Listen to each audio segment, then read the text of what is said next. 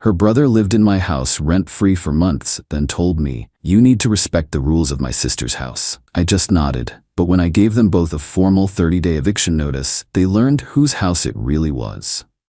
It all came to a head over a thermostat. That's the most ridiculous part. Not some grand betrayal, but the temperature of my own house. A house I bought with my own money, 5 years before I even met my girlfriend, Sarah. Her brother, Kevin, has been living with us for 4 months.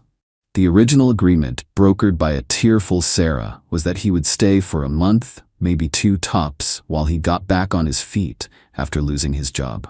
In the 4 months since, the only thing Kevin has gotten back on is my couch, where he has successfully fused with the cushions. His only job seems to be pioneering new methods of leaving a trail of snack food wrappers in his wake. I came home from work last night, a long 12-hour day on a construction site, to find the house cranked up to a balmy 80 degrees. It was like walking into a jungle. Kevin was sprawled on the couch in shorts playing a video game on my 75-inch television, a bead of sweat on his forehead. "Kev, what's with the heat?" I asked, trying to keep the exhaustion out of my voice. He didn't even pause his game. "Felt it chill, man," he said. I walked over to the thermostat and turned it down to a more reasonable 70. A few seconds later, the air conditioning kicked on with a grateful sigh. Kevin paused his game. He actually turned and looked at me, his face a mask of annoyance. "Dude, what are you doing?" I had it set there for a reason. "It's 80 degrees in here, Kevin. I'm not paying to air condition the entire neighborhood." And that's when he said it. The line that future historians will point to as the precise moment my relationship ended. He stood up, puffed out his chest, and with a completely straight face told me, "Look man, you're a guest here too, in a way. You need to respect the rules of my sister's house." I just stared at him.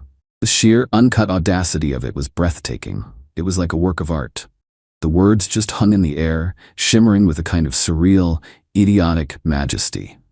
My house. The one my name is on the deed for. The one I pay the mortgage, the taxes, and the ridiculously high utility bills for, was now his sister's house, and I needed to respect the rules. Sarah walked in from the kitchen at that moment, holding a bowl of microwaved popcorn, clearly for Kevin. She saw the tension. "What's going on?" "Your brother just informed me that this is your house, and I need to follow his rules," I said, my voice completely flat. Sarah just rolled her eyes, but not at him, at me. "Oh my God, don't be so dramatic," she said. "He just likes it a little warmer. Don't be a baby about it." She didn't defend me. She didn't correct her freeloading brother. She sided with him. In that moment, it all clicked into place. They weren't 2 separate problems. They were a team, a parasitic entity that had attached itself to my life. They saw me not as a partner or a host, but as a resource, an inconvenient landlord who just happened to live in their house. I didn't argue. I didn't yell. I just looked at Kevin, then at Sarah. I nodded slowly. "You're right," I said. "My mistake." I walked past them, went upstairs to our bedroom, and closed the door. They probably thought they'd won. They probably thought I was sulking, that I'd get over it by morning. They were wrong. I wasn't angry anymore. I was an architect, and I was quietly and methodically drawing up the blueprints for their complete and total removal from my life. I sat down at my desk and opened my laptop. The first thing I did was search for landlord-tenant lawyer. The second thing I did was search for the proper legal eviction process in my state for a tenant at will, which is what they had become. They thought they were making the rules. They had no idea they were about to be introduced to a much more official rulebook, and I was going to enjoy reading it to them. Update 1. It's been a week since the Great Thermostat Summit of last Tuesday. The response to my original post was overwhelming. Thanks for confirming that I'm not, in fact, the crazy one here. The day after Kevin declared my home a sovereign state ruled by his sister, I had a consultation with a lawyer. He was a sharp, no-nonsense guy who confirmed what my research had told me. Since Sarah and Kevin had lived in the house for more than 30 days and had established residency, getting mail here, etc., I couldn't just change the locks. I had to follow the formal eviction process. It was a minor inconvenience, but doing it by the book would make the final outcome legally ironclad. That was all that mattered. My lawyer drafted 2 identical, formal, 30-day notices to quit. not a friendly letter. An official legal document citing termination of tenancy with their full names and a move-out date exactly 30 days from the date of service. I chose to serve them on Friday night. I wanted their weekend to be ruined, just as they had ruined so many of mine. I came home from work and found them in their usual positions. Sarah on her laptop at the kitchen table, online shopping, and Kevin on the couch, yelling at teenagers in his video game. I didn't say a word. I just walked over to Sarah and placed the folded document on top of her laptop. Then I walked over to the couch and placed the other one on Kevin's chest. "What's this?" Sarah asked, annoyed at the interruption. "It's a legal notice," I said calmly. "You should read it." She unfolded it. Her eyes scanned the first few lines, the legal jargon, the bolded words, "Notice to quit." Her face went from confused to pale to a deep, blotchy red. "What is this?" she finally whispered, her voice trembling. "You're evicting me?" Kevin had paused his game and was reading his own copy. "Dude, what the hell? You can't evict us. This is Sarah's house." The delusion was apparently terminal. "No, Kevin," I said, my voice as cold and steady as I could make it. "This is my house. The deed is in my name. The mortgage is in my name. The bills are in my name. You are both tenants at will, and your tenancy has been terminated. You have 30 days to vacate the premises. It is all perfectly legal." Sarah finally found her voice, and it was several octaves higher than usual. "You're ending our relationship over the thermostat? Are you insane? You're throwing me out over a stupid fight?" "No, Sarah," I said. "The thermostat was just a symptom. I'm ending this because you and your brother have made it clear that you see me as a walking wallet, not a partner. I'm ending this because your brother, a man who has not contributed a single dollar to this household, had the audacity to tell me to respect the rules in my own home. And I'm ending this because you stood there and defended him. This has been coming for a long time." The tears started then, but they weren't tears of sadness. They were tears of pure, frustrated rage. She started screaming about the years she had put into our relationship, how I was a cruel, heartless monster. Kevin chimed in, blustering about his rights and how he was going to sue me. I just stood there and let them burn themselves out. When they were finally done, I said, "The notice is legal. A copy has been filed with the court. You have 30 days. I suggest you start packing." The rest of the weekend was a living hell, which is exactly what I expected. They tried everything. The silent treatment, the loud, pointed phone calls to their mother, where Sarah would sob about how I was throwing them out on the street for no reason. Their mother called me, of course, and I calmly explained the situation. She tried to guilt-trip me, but I just kept repeating, "They have 30 days. My decision is final." The house has now been divided into armed camps. They have barricaded themselves in the guest room and Sarah's old office. The atmosphere is thick with resentment. They think this is a negotiation. They think I will break. They are about to learn how wrong they are. 28 days left. Update 2. We are now 20 days into the 30-day eviction period, and the desperation tactics have escalated in ways that are almost comical. They genuinely believed I would cave. Every day that I don't, their panic grows. The first week was about psychological warfare. They would deliberately leave messes in the kitchen. They'd use every single dish and leave them in the sink. They'd blast music from the guest room at all hours. I didn't engage. I bought paper plates, put a lock on my bedroom door, and invested in a very good pair of noise-canceling headphones. Every mess they made, I photographed, dated, and saved to a file labeled evidence. When the passive aggression didn't work, Sarah switched to emotional manipulation. She would leave old photos of us around the house. She would try to start conversations about the good times. She even tried to cook me my favorite meal one night and act so out of character that I was momentarily stunned. "I was wrong," she said, her voice soft and pleading. "We can fix this. Just tear up those papers. Let Kevin stay a little longer until he finds a job. We can go back to how things were." "The person you were with is gone, Sarah," I told her, not touching the food. "You and your brother killed him. You have 22 days left." The biggest shift happened when they realized the financial reality of their situation. I had, of course, immediately separated all our finances. The joint account was closed. Her supplementary credit card was canceled.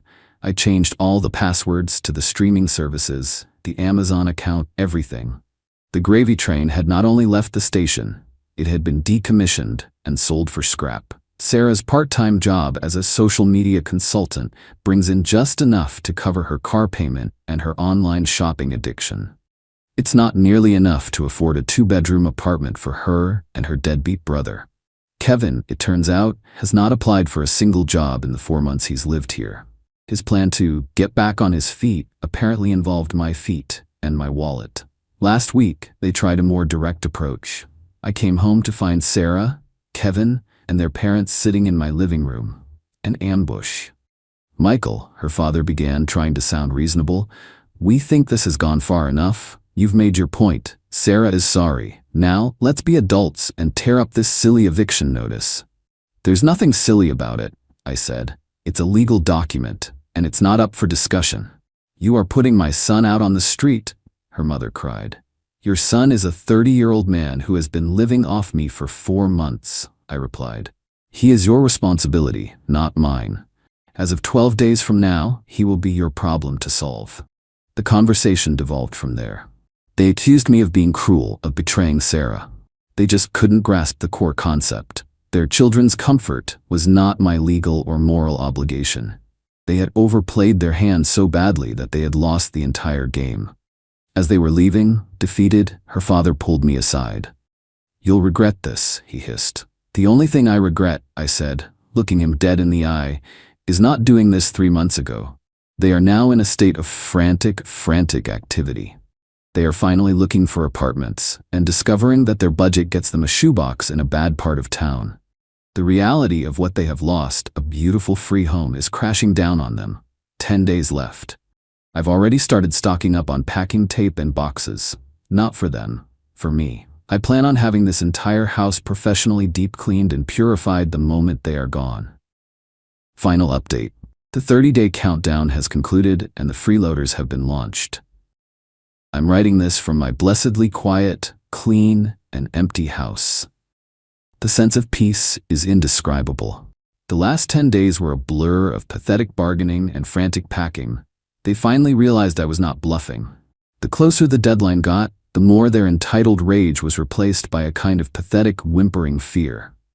They couldn't find an apartment they deemed suitable on their budget, which was a shock to them. Apparently, most landlords expect tenants to have a steady income and a decent credit score, 2 things they lacked as a team. On the final day, I took no chances. As my lawyer had advised, I had a sheriff's deputy scheduled to arrive at noon, the exact moment the eviction became legally enforceable, to supervise their removal and prevent any last-minute drama or destruction of property. They were still frantically throwing things into trash bags when the deputy knocked on the door. The sight of a uniformed officer on the porch seemed to finally crush their last bit of resistance. The fight was completely gone from their eyes. Watching them haul their cheap furniture and bags of clothes out of my house was a surreal experience. Every box they carried out felt like a physical weight being lifted from my own shoulders. Their parents arrived in a rented U-Haul, their faces grim and angry. They wouldn't even look at me. They just helped their defeated children load up their lives. The final, most satisfying moment came as Kevin was carrying out the last box. He stopped on the porch, looked back at me, and with a spiteful sneer, said, "You're going to be lonely in this big house all by yourself." The deputy, a big guy with a deadpan expression, just raised an eyebrow. "Son," he said, his voice dripping with boredom, "I think he'll manage." Kevin's face turned bright red, and he scurried away. It was a perfect, understated end to his reign of terror. The aftermath has been exactly what they deserved. They moved back in with their parents. From what I've heard through a mutual friend, it's a complete disaster. Their parents' small, quiet suburban home has been turned into a war zone. Kevin and Sarah, accustomed to living in my spacious house with no rules, are chafing under their parents' roof. They are reportedly still unemployed, still entitled, and now they are their parents' problem. About a month after they left, I got a text from a number I didn't recognize. It was their mother. It wasn't an angry tirade. It was one simple sentence: "I think I understand now." I didn't reply. My revenge wasn't loud or explosive. It was quiet, legal, and absolute. I didn't just kick them out. I forced them to confront the consequences of their own entitlement. They thought the world, and specifically me, owed them a comfortable life. They learned that a life of comfort is something you build, not something you leech from others. They had a golden ticket, and they threw it away because they were too arrogant to be grateful. I've spent the last month reclaiming my space. I had the entire house repainted.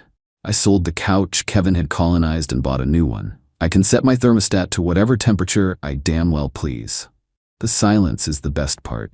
No loud video games, no passive-aggressive sighs, no sense of being used. They tried to make my house theirs. They tried to make their rules my rules. But in the end, a piece of paper, a deed, and then an eviction notice was more powerful than all their delusion and entitlement combined. They didn't just learn whose house it was. They learned what it costs to lose a home you never deserved in the first place. And that, my friends, is a lesson you can't put a price on.